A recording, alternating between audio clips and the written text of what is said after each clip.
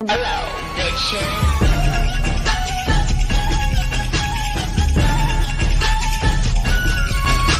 की शुरुआत निंसी को दिखाए जाने से होती है, जो कि इस ड्रामा की फीमेल लीड है एंड वो एक एस्ट्रोलॉजर होती है। निंसी के पास एक कपल आता है अपना फ्यूचर जानने के लिए, बिकॉज उनके पास कोई भी औलाद नहीं थी। वाइफ कहती है हमारी शादी को कई साल हो चुके हैं लेकिन अभी तक हमारे पास कोई बच्चा नहीं है, क्या हमारी किस्मत में कोई बच्चा नहीं है? इस पर निंसी कहती है आपकी किस्मत में बच्चे हैं, वो भी दो, एक लड़का और एक लड़की। वाइफ कहती है तो अभी तक हमारे पास कोई औलाद क्यों नहीं है? जिस पर उसका पति कहता है तुम्हें एस्ट्रोलॉजर की बातों पर ज्यादा यकीन नहीं करना चाहिए, वैसे भी ये लोग आधी बातें झूठ बोलते हैं। पर तभी निंसी कहती है वैसे तुम्हारे पास तो पहले से एक बेटा है ना, तुम्हारी दूसरी पत्नी से। ये सुनकर तो उसकी वाइफ चौंक जाती है और कहती है तो इसीलिए तुम अक्सर लेट आते हो और कभी कभी तो तुम घर पर आते ही नहीं, तुम इस तरह से मुझे धोखा कैसे दे सकते हो? हस्बैंड उसको समझाने की बहुत कोशिश करता है लेकिन वो उसकी एक नहीं सुनती। वो कहती है मुझे तुमसे डाइवोर्स चाहिए और वहाँ से चली जाती है। उसका हस्बैंड भी उसके पीछे पीछे जाता है। तभी यहाँ पर बैठा हुआ एक बूढ़ा आदमी निंसी से कहता है ये बहुत ही गलत बात है, तुम इस तरह से लोगों के रिश्ते तोड़वाती हो, भगवान तुम्हें सजा जरूर देंगे। इस पर वो खड़े होकर पूरे एटीट्यूड के साथ कहती है तो फिर ठीक है, भगवान मुझे सजा देंगे तो दे अभी। और तभी उसके ऊपर जोरदार बिजली गिर जाती है, जिस पर वो स्टैचू की तरह वहीं पर खड़ी रह जाती है। इसके बाद हमें चोंग साम्राज्य दिखाया जाता है, जहाँ पर प्रिंस सुनवो चाय पी रहे थे और तभी उनको कुछ लोगों की चिल्लाने की आवाज आती है, जो कि एक लड़की के पीछे भाग रहे थे उसे पकड़ने के लिए। और तभी वो लड़की सुनवो के पास आ जाती है एंड उसी के ऊपर गिर जाती है। इस लड़की को काफी ज्यादा चोटें लगी हुई थी और ये कहती है मेरी मदद करो। इस लड़की का नाम वू ही होता है और ये हे परिवार की छोटी बेटी है, जिसको उसके परिवार ने मास्टर जुनवो को सौंप दिया है उसके मिस्ट्रेस के तौर पर, एक बड़े खानदान में अपना रिश्ता बेहतर करने के लिए। वू ही की हालत काफी ज्यादा खराब थी, इसीलिए वो बेहोश हो जाती है।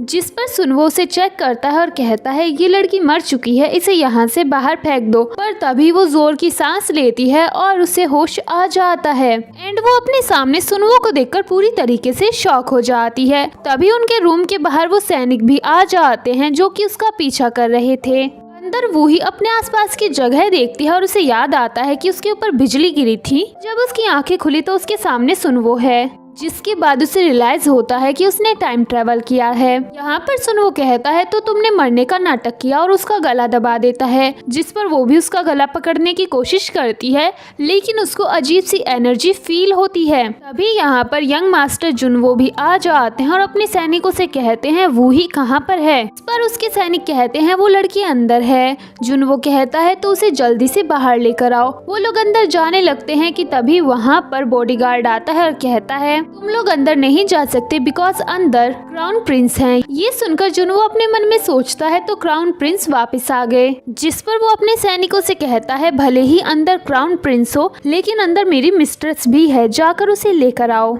दूसरी तरफ अंदर वो ही सुनवो से कहती है तुम मरने वाले हो, जिस पर वो कहता है तुम्हारा क्या मतलब है? जिस पर वो ही कहती है तुम्हें किसी ने कर्ज दिया है, वो भी मौत का। वो उसकी चेस्ट पर देखती है जहाँ पर एक ब्लैक कलर की एनर्जी होती है, जिसके बाद वो अपनी मैजिकल पावर का यूज करती है और उस एनर्जी को गायब कर देती है और कहती है ये जिसने भी किया है बहुत ही ज्यादा खतरनाक किया है, अगर मैं नहीं होती तो 1 साल के अंदर तुम मर जाते। ये अभी पूरी तरीके से ठीक नहीं हुआ है लेकिन मैं को पूरी तरीके से ठीक कर सकती हूँ। ये दोनों आपस में बातें कर ही रहे थे कि तभी जुनवो कर्टन्स को हटा देता है। वो इन दोनों को एक साथ देखता है और गलत समझ लेता है, जिसके बाद वो सुनवो से कहता है तुम्हारी हिम्मत कैसे हुई मेरी मिस्ट्रेस को टच करने की? इस पर सुनवो कहता है ये लड़की आज से मेरी है तो इससे दूर ही रहना। इस पर जुनवो चिढ़ जाता है और वो ही से कहता है तुम कितनी ज्यादा बेशरम लड़की हो। इस पर वो कहती है यहाँ से दफा हो जाओ, लेकिन वो कहता है मैं तुम्हें अपने साथ लेकर जाऊंगा, जिस पर वो ही उसे एक जोरदार लात मारती है और कहती है क्राउन प्रिंस ने मुझसे शादी करने का वादा किया है तो चुपचाप यहाँ से चले जाओ। ये सुनकर तो प्रिंस शॉक हो जाता है। बॉडीगार्ड भी उसकी तरफ देखकर कहता है क्या वाकई में ऐसा है? जिस पर सुनवो कहता है मुझे तो ये अभी अभी पता चला है। इसके बाद जुन वो अपने गार्ड्स के साथ वहाँ से चला जाता है। सुन वो वूही से कहता है मैंने ऐसा कब कहा, जिस पर ये बंदी के पास कोई जवाब नहीं था, इसलिए ये बेहोश हो जाती है। इसके बाद हम वूही के मॉम डैड को देखते हैं। तभी यहाँ पर एक नौकर भागते हुए आता है और कहता है क्राउन प्रिंस घर की तरफ आ रहे हैं, वो भी वूही को अपने साथ लेकर। ये सुनकर उसके मॉम डैड दोनों ही शॉक हो जाते हैं। उसकी सौतेली माँ कहती है आखिरकार वो लड़की क्राउन प्रिंस के पास कैसे पहुंची, जिस पर उसका हस्बैंड कहता है बकवास करना बंद करो और उनके स्वागत की तैयारियां करो। उसके बाद क्राउन प्रिंस वूही को अपनी गोद में लेकर उनके घर पर आता है, जहाँ पर उनके स्वागत के लिए वूही के पिता, उसकी सौतेली माँ और उसकी सौतेली बहन युन मौजूद होते हैं। सुन वो उनसे कहता है आपकी बेटी बीमार है और उसको काफी ज्यादा चोट भी लगी है। इस पर वूही के पिता कहते हैं ये लड़की हमेशा से ही गांव में पली बड़ी है, इसलिए इसको बड़े घराने के रीति रिवाजों के बारे में नहीं पता। अगर इसने आपको परेशान किया है तो मैं इसकी तरफ से आपसे माफी मांगता हूँ, लेकिन आप चाहो तो इसको अपने पास रख सकते हो। ये सुनकर सुन वो अपने मन में सोचता है शायद इसके माता पिता को इससे जरा भी लगाव नहीं है, लेकिन वो उनसे कहता है एक काम करिए, इसको अंदर लेकर जाइए और इसकी अच्छे से देखभाल कीजिए। जिसके बाद दासिया उसे बड़ी ही बेकार तरीके से रूम में बेड पर लाकर फेंक देती है। पीछे पीछे युन और उसकी सौतेली माँ भी आती है। युन अपनी माँ से कहती है क्या ये वाकई में क्राउन प्रिंस के इतना ज्यादा क्लोज है, जिस पर उसकी माँ कहती है बिल्कुल नहीं, ये एक गाँव की गंवार लड़की है, भला क्राउन प्रिंस इसको क्यों पसंद करेंगे। जिस पर यून अपनी माँ से कहती है लेकिन मैं इस लड़की को सबक जरूर सिखाऊंगी, और वो वहाँ पर रखा हुआ पानी उसके मुंह पर फेंक कर मारती है, जिससे वूही को होश आ जाता है। एंड वो कहती है तुमने ये पानी मेरे ऊपर क्यों फेंका, जिस पर यून कहती है ताकि तुम्हें अकल आ जाए, तुम्हें सबक सिखाने के लिए। इस पर तो वूही उसे एक जोरदार तमाचा मारती है, जिस पर यून वही फेमस डायलॉग बोलती है जो सब बोलते हैं, तुम्हारी हिम्मत कैसे हुई मुझे थप्पड़ मारने की। जिस पर वूही कहती है तुमने शुरुआत की थी, तुमने मेरे ऊपर पानी फेंका, इसलिए मैंने तुम्हें थप्पड़ मार दिया। तभी यहाँ पर वूही के पेरेंट्स भी आ जाते हैं और उसकी सौतेली माँ चिल्लाते हुए आती है ये सारी मेरी गलती है, मुझे थोड़ा सा ध्यान रखना चाहिए था, तुम्हें क्राउन प्रिंस यहाँ पर लेकर आए हैं, पता नहीं क्या हुआ होगा। जिस पर वूही अपने मन में सोचती है ये औरत मेरी रेपुटेशन बर्बाद करना चाहती है, इसलिए वो वहीं पर रखा हुआ एक वास उठाकर जमीन पर फेंक कर मारती है, जिससे वो टूट जाता है। इस पर तो उसके डैड को बहुत ही ज्यादा गुस्सा आता है और वो कहते हैं तुम अपनी माँ के साथ इस तरह का बिहेव कैसे कर सकती हो। जिस पर वूही वाज लाइक ये मेरी असली माँ थोड़ी है, ये तो आपकी दूसरी पत्नी है, इसके साथ मेरा रिश्ता जोड़ने की कोशिश मत कीजिए। जिस पर उसके डैड बहुत ही ज्यादा गुस्से में कहते हैं तुम बहुत ही ज्यादा बदतमीज हो गई हो, आज मैं तुम्हें सबक सिखाऊंगा। और वो उसे मारने ही वाले थे कि यहाँ पर एक डॉक्टर आ जाता है और कहता है क्या तुम पागल हो चुके हो। इस पर वो डॉक्टर से कहते हैं दरअसल मेरी बेटी बहुत ही ज्यादा बिगड़ रही है, बस मैं इसको थोड़ा सा सबक सिखा रहा था। इस पर डॉक्टर कहते हैं यहाँ पर मुझे राजकुमार सुनवो ने भेजा है इसका इलाज करने के लिए, और आप चाहते हैं कि इसके साथ दोबारा से मारपीट करें। राजकुमार का नाम सुनते ही ये तीनों चौंक जाते हैं। इसके बाद डॉक्टर वूही का इलाज करने लगता है। वो अपने मन में सोचती है राजकुमार वाकई में बहुत ही अच्छे हैं, मैं उनको 10 में से 2 स्टार दूंगी। डॉक्टर उसका इलाज करके जाने लगते हैं। तभी वूही कहती है क्या आजकल आपको बहुत ज्यादा चक्कर आ रहे हैं। इस पर डॉक्टर शॉक होकर उसकी तरफ देखता है। तभी यून कहती है क्या तुम पागल हो चुकी हो, ये बहुत ही बड़े डॉक्टर हैं, भला ये अपना ध्यान नहीं रखेंगे क्या। इस पर उसके डैड भी कुछ बोलने वाले थे कि डॉक्टर उन सभी को बाहर जाने को कहता है, और फिर वो ही से कहता है आपको कैसे पता कि मुझे आजकल चक्कर आ रहे हैं। जिस पर वो ही कहती है क्योंकि आपके चारों तरफ एक अजीब सी एनर्जी है। जिस पर वो कहते हैं मैं काफी दिनों से बीमार महसूस कर रहा हूँ, मुझे लगता है कि मेरा आखिरी समय आ चुका है, मैंने तो अपनी मौत के बाद की तैयारियां भी कर ली हैं। जिस पर वो ही कहती है मैं आपका इलाज कर सकती हूँ। वो उनसे कहती है कि आपके पास कोई छोटा सा बॉक्स होगा। वो उसको बॉक्स देते हैं। वो कुछ मैजिकल पावर का यूज करती है और बॉक्स को गायब कर देती है। वो उनसे कहती है अब आपको कैसा फील हो रहा है।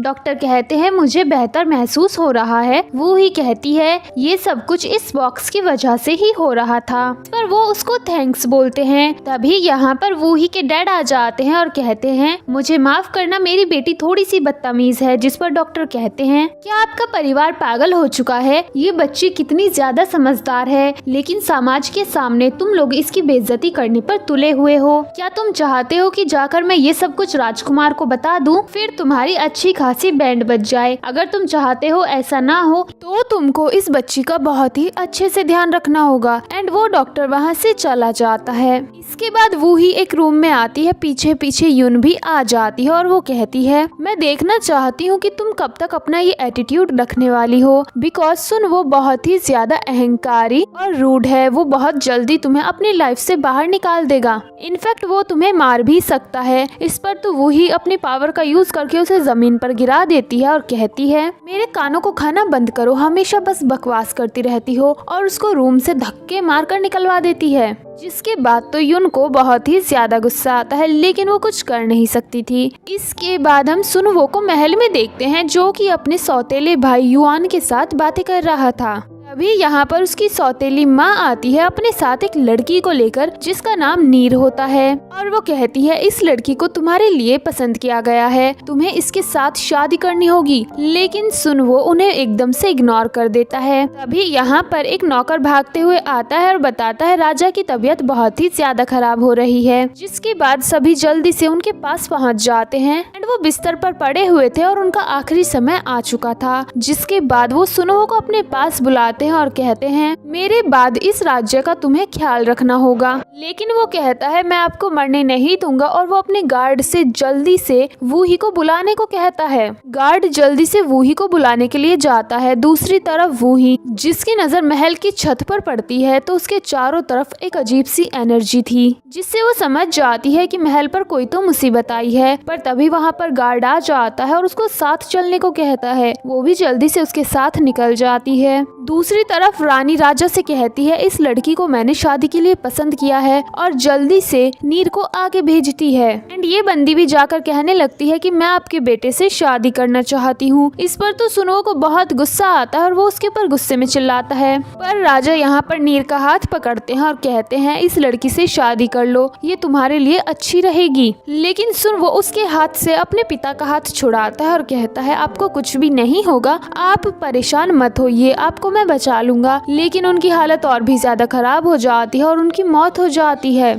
वो ब्लैक कलर की रोशनी महल के ऊपर से चली जाती है, जिसको देखकर वो ही समझ जाती है कि उनकी मौत हो चुकी है। और वो गार्ड से कहती है हमें पहुंचने में देर हो गई। जिस पर गार्ड कहता है अगर उनकी मौत हो गई है तो सुनवो की जान को भी खतरा है। वो ही पूछती है ऐसा क्यों? जिस पर वो कहता है बचपन में राजकुमार बहुत ही ज्यादा बीमार रहते थे, इसलिए राजा ने अपनी आंतरिक शक्ति उन्हें सौंप दी थी। अगर उनकी मौत हुई तो यही चीज सुनवो के साथ भी होगी। जिसके बाद वो जल्दी से वहाँ से निकल जाते हैं और होता भी वैसा ही है। सुनवो की तबीयत खराब होना शुरू हो जाती है। ये देखकर युआन खुश होता है और सोचता है अब से ये राजगद्दी मेरी हो जाएगी। सुनवो वहाँ से सभी को बाहर जाने को कहता है। उसकी हालत बहुत ही ज्यादा खराब हो जाती है एंड उसकी डेथ हो जाती है। तभी यहाँ पर वूही और गार्ड आ जाते हैं, जिस पर गार्ड कहता है हम राजकुमार को भी नहीं बचा पाए, पर वूही कहती है इसकी मौत अभी हुई है, मैं इसको बचा सकती हूँ। जिसके बाद वूही सुनवो को अपने सामने बिठा लेती है और मैजिकल पावर्स का यूज करती है। साथ ही वो अपनी आधी आंतरिक शक्ति भी सुनवो को सौंप देती है, जिससे उसकी आंखें खुल जाती हैं और उसका रीबर्थ हो जाता है।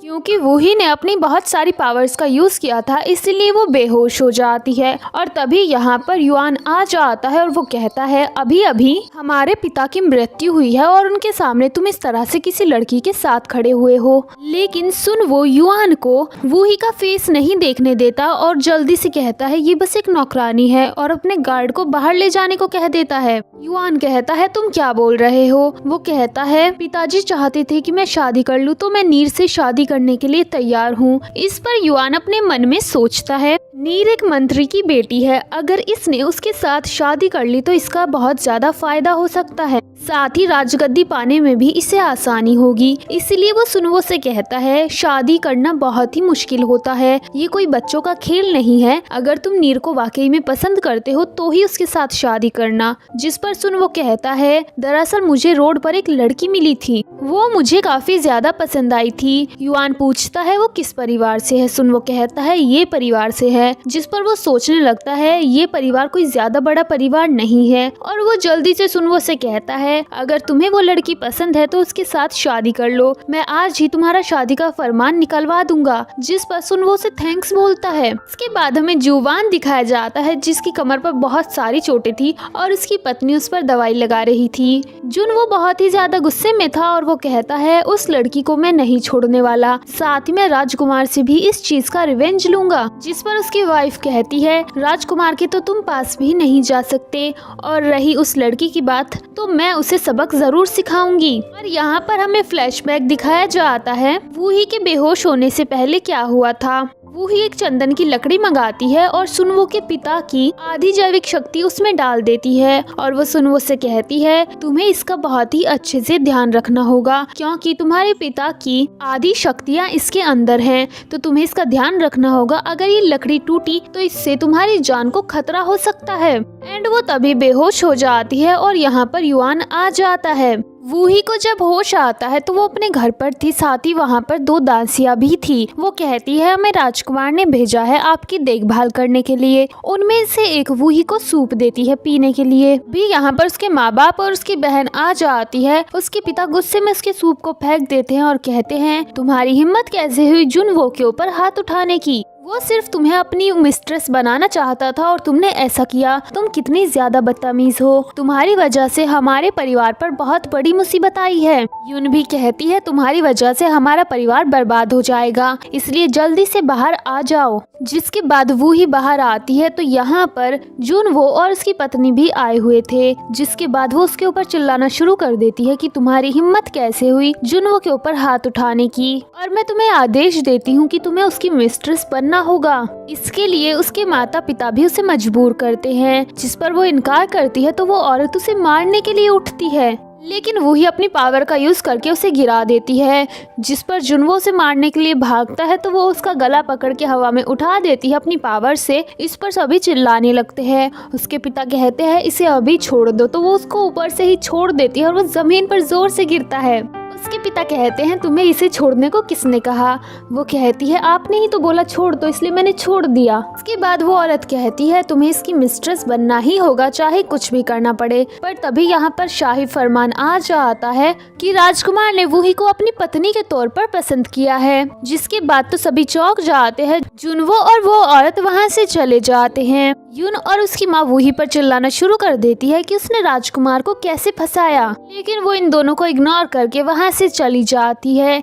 इसके बाद हम सुनवो को देखते हैं जो कि अपने पिता की समाधि से मिलने आता है। वो उनको बताता है कि मैं एक लड़की से शादी करने वाला हूँ, पर वो समाधि गिर जाती है। वो जल्दी से उसको उठाता है और फिर कहता है वो लड़की बहुत ही ज्यादा अच्छी है, लेकिन समाधि फिर से गिर जाती है। वो चारों तरफ देखता है कि हवा तो चल भी नहीं रही, तो फिर ये बार बार कैसे गिर रहा है। इसके बाद वो उठाता है और कहता है मैं जल्दी आपकी होने वाली बहू को आपसे मिलवाने लेकर आऊंगा। जिस पर वो फिर से गिर जाती है। वो उसको उठाता है और वहाँ से चला जाता है। तभी उसके पिता की आत्मा वहाँ पर आती है और जोर से चिल्लाकर उसे वापस आने को कहती है, लेकिन वो तो वहाँ से जा चुका था। इसके बाद हम इन दोनों माँ बेटियों को देखते हैं जिनका मूड बहुत ही ज्यादा खराब था, बिकॉज वूही की शादी राज परिवार में होने वाली थी। यून अपनी मॉम से कहती है मैं सुनवो से शादी करना चाहती हूँ। जिस पर उसकी मॉम कहती है हमें वूही की रेपुटेशन को बर्बाद करना होगा ताकि उसकी शादी राज परिवार में ना हो सके। आने वाली ग्रंथ प्रतियोगिता में हम उसकी रेपुटेशन को पूरी तरीके से बर्बाद कर देंगे। इसके बाद हम वूही को देखते हैं जो कि अपनी दासी से कहती है मैं सुनवो से मिलना चाहती हूँ, इसकी तैयारियां करो। जिसके बाद सुनवो उससे मिलने के लिए आता है। जैसे ही वो उससे मिलता है वो उसके आसपास की सारी नेगेटिव एनर्जी को अपने अंदर ले लेती है। इसके बाद वो सुनवो से कहती है तुम आज किसी लड़की से मिले हो। जिस पर वो कहता है नहीं नहीं, मैं भला किस लड़की से मिलूंगा। वो कहती है तुम आज किसी लड़की से मिले हो और उसने तुम्हें टच भी किया है। इस पर वो कहता है आज नीर बेहोश होने का नाटक कर रही थी, बस मैंने उसी को पकड़ा था, बाकी और कुछ भी नहीं। जिसके बाद वो उसे वहाँ से जाने को कह देती है। वो ही अपने घर आ जाती है। उसकी दासियाँ उसके पास आती है और कहती हैं आपने जितने भी तावीज़ चिपकाने के लिए कहे थे हमने सारे चिपका दिए, लेकिन आप ऐसा क्यों करवा रही हैं? जिस पर वो कहती है पैसे कमाने के लिए। इसके बाद वो अपनी पावर्स का यूज़ करती है और फिर उसके आसपास थोड़ी थोड़ी रोशनी चमकने लगती है। वो कहती है यहाँ जितनी भी सोने की या चांदी की चीज़ें पड़ी हैं अब वो हमें आसानी से मिल जाएंगी। और होता भी वैसा ही है। उनको एक गमले के नीचे से सोने का हेयरपिन मिलता है और जमीन के नीचे से एक जाडा बैंगल भी मिलता है। इसके बाद हम अगले दिन का सीन देखते हैं जहाँ पर वूही के सामने सारी मेड्स और कुक खड़ी हुई थी। वूही उनसे कहती है तुम सब बहुत ही मजेदार खाना खाती हो लेकिन मेरे लिए सिर्फ दलिया भिजवाती हो। इस पर कुक एटीट्यूड दिखाते हुए कहती है जो जिस लायक होता है उसे वही खाना दिया जाता है। जिस पर उसकी दासी आके आकर उसे एक थप्पड़ मारती है। इसके बाद तो ये बुढ़िया रोना शुरू कर देती है। तभी यहाँ पर यून और उसकी मॉम आती है और कहती है तुम्हारी हिम्मत कैसे हुई हमारी सर्वेंट को इस तरह से मारने की। इस पर वो उन लोगों से भी कहती है ये लोग खुद बढ़िया खाना खाती हैं और मेरे लिए घटिया खाना भिजवाती है।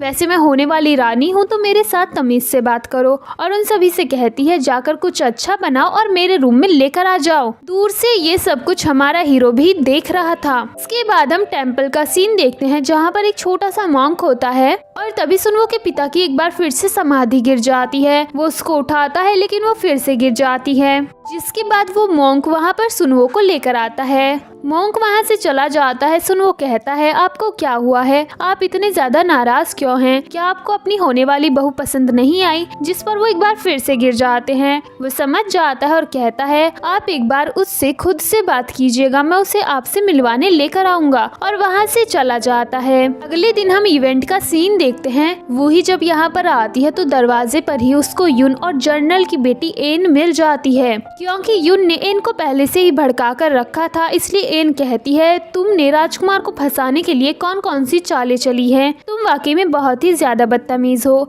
लेकिन हमारी हीरोइन उन दोनों को इग्नोर करके अंदर चली जाती है। इस पर तो एन को बहुत ही ज्यादा गुस्सा आता है और वो उसके पीछे जाती है। वो उसकी इंसल्ट करना शुरू कर देती है। इस पर वो ही उसको एक थप्पड़ मारती है। तभी यहाँ पर सुनवो की भतीजी डैना और नीर आ जाती हैं। इसके बाद वो बंदी भी उसकी इंसल्ट करने लगती है। डैना कहती है तो तुम ही वो लड़की हो जिसने मेरे अंकल को फंसाया है और उनसे शादी करना चाहती हो। ना तो तुम्हारा कोई अच्छा परिवार है और तुम गांव में पली बड़ी हो, तुम्हें जरा भी तमीज नहीं है।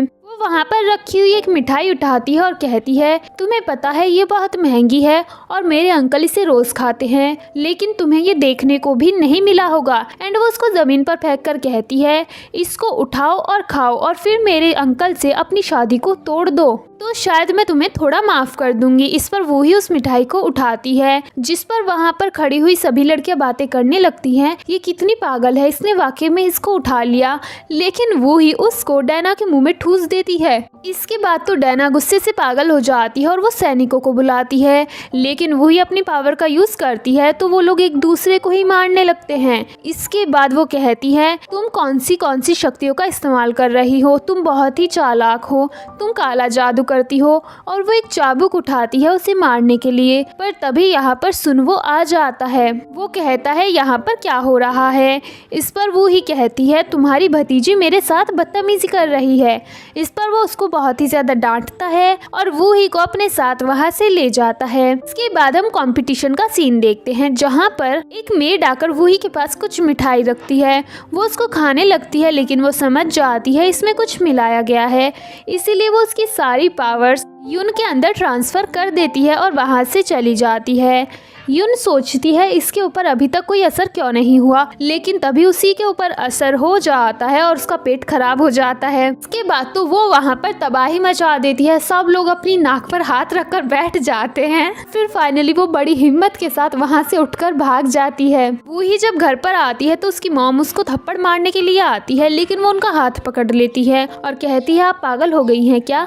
जिस पर वो कहती है क्या तुम अपनी बहन को मारना चाहती हो? तुम्हारी हिम्मत कैसे हुई उसके साथ इस तरह का बिहेव करने की? जिस पर वो कहती है मैंने उसके साथ कुछ किया ही नहीं, अगर आपको ऐसा लगता है तो मुझे प्रूफ ला कर दीजिए और उसके बाद ही मेरे साथ बात कीजिएगा। इसके बाद हम यून की माँ को बैठे हुए देखते हैं। यहाँ पर उसके पिताजी आते हैं जो कि बहुत ही ज्यादा गुस्से में थे और वो अपने साथ न्यूज़पेपर लेकर आए थे और उसकी माँ को दिखाते हुए कहते हैं वो कहते हैं देखो न्यूज़पेपर में क्या छपा है, ये परिवार की बेटी ने प्रतियोगिता में बाही मचाकर रख दी, उसने सभी लड़कियों को शर्मिंदा कर दिया। ये सुनकर उसकी मॉम शॉक हो जाती है, लेकिन उसके पति सामने से कहते हैं ये जरूर वूही का काम होगा, मैं उसे अब छोड़ने वाला नहीं हूँ।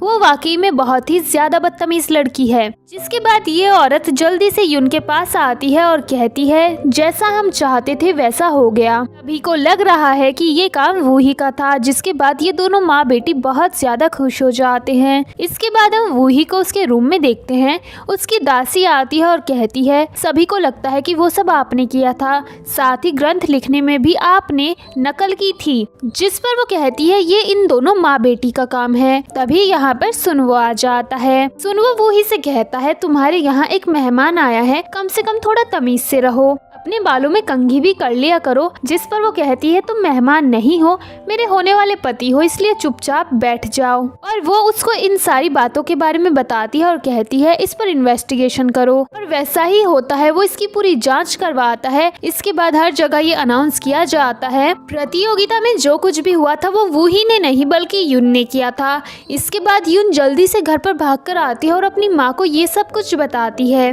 तभी यहाँ पर एक आदमी आता है। से ये दोनों माँ बेटी बहुत ही अच्छे से बात करती, जिस पर वो आदमी सामने से कहता है अनजान बनने की जरूरत नहीं है, पूरा शहर जानता है कि आपकी बेटी ने क्या किया है, इसलिए अब उनके चौथे राजकुमार से शादी नहीं हो सकती। जिसके बाद तो ये माँ बेटी बहुत ही ज्यादा रोती हैं। इसके बाद हम सुनवो को देखते हैं जो कि वूही को अपने पिता की समाधि से मिलाने लेकर आता है। जैसे ही वो वूही को देखते हैं तो समाधि फिर से गिर जाती है। वूही उसको उठाती है, वो उसके अंदर पहुंच जाती है और वहाँ पर उसकी सुनवो के पिता से बात होती है, जो कि उसके ऊपर भड़क जाते हैं कि अगर तुम थोड़ा सा जल्दी आ जाती तो आज मैं जिंदा होता। इस पर वो उन्हें समझाने की कोशिश करती है कि आपका वाकई में जाने का टाइम आ गया था, लेकिन वो तो बहुत ही ज्यादा गुस्से में थे, इसलिए कहते हैं तुम मेरे बेटे से शादी नहीं कर सकती। जिसके बाद वो समाधि से बाहर आती है। सुनवो पूछता है क्या हुआ। वो ही कहती है तुम्हारे पिता का कहना है मैं तुम्हारे लायक नहीं हूँ, इसलिए ये शादी नहीं हो सकती। इस पर तो वो भड़क जाता है और समाधि की तरफ देखकर कहता है कि आप पागल हो चुके हैं, मैं इसी लड़की से शादी करूंगा, लगता है आप मरने के बाद भी बुढ़ापे में सठिया चुके हैं। इसके बाद वो ही कहती है चलो यहाँ से चलते हैं। सुनवो कहता है हमें कहाँ जाना है। वो ही कहती है शादी करने के लिए। और इसी के साथ ये ड्रामा यहीं पर खत्म हो जाता है। आपको ये ड्रामा कैसा लगा कमेंट करके जरूर बताना। वीडियो को लाइक करना, चैनल को सब्सक्राइब करना। Thank you so much for watching. Bye bye.